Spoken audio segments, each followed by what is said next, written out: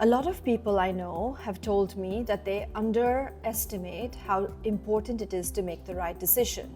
So I call it the should have, the would have syndrome, where you look at the person next to you who bought 3 properties in Dubai or on the Palm and the prices blew up and they are super rich now.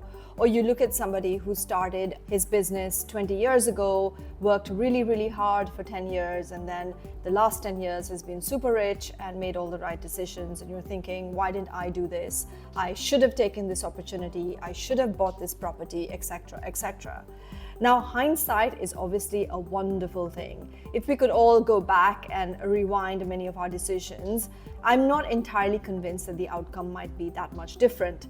What we can do, however, is we can look at the present and we can look at the future and make better decisions going forward and not get stuck in that should have, would have mode, as I call it. What do I say, or what do I see business leaders doing? They gather all the data and all the information they need to make a good business decision. So whether it's speaking to people, whether it's facts and figures, whether it's Excel sheets of numbers, whatever works for you.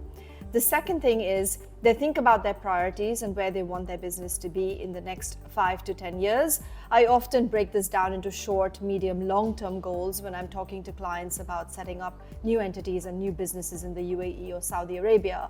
I'll always ask them, what is your long-term goal? And then wind it back to see what do they want to achieve in the future, because sometimes they only want to hire 5, 6, 7, 10 people in the short term, but intend to have hundreds of people in the long term. And it's really important to make good decisions based on the fact that you're not hiring 100 people today, because it can change the dynamics of the cost, it can change the dynamics of how you shape your business venture.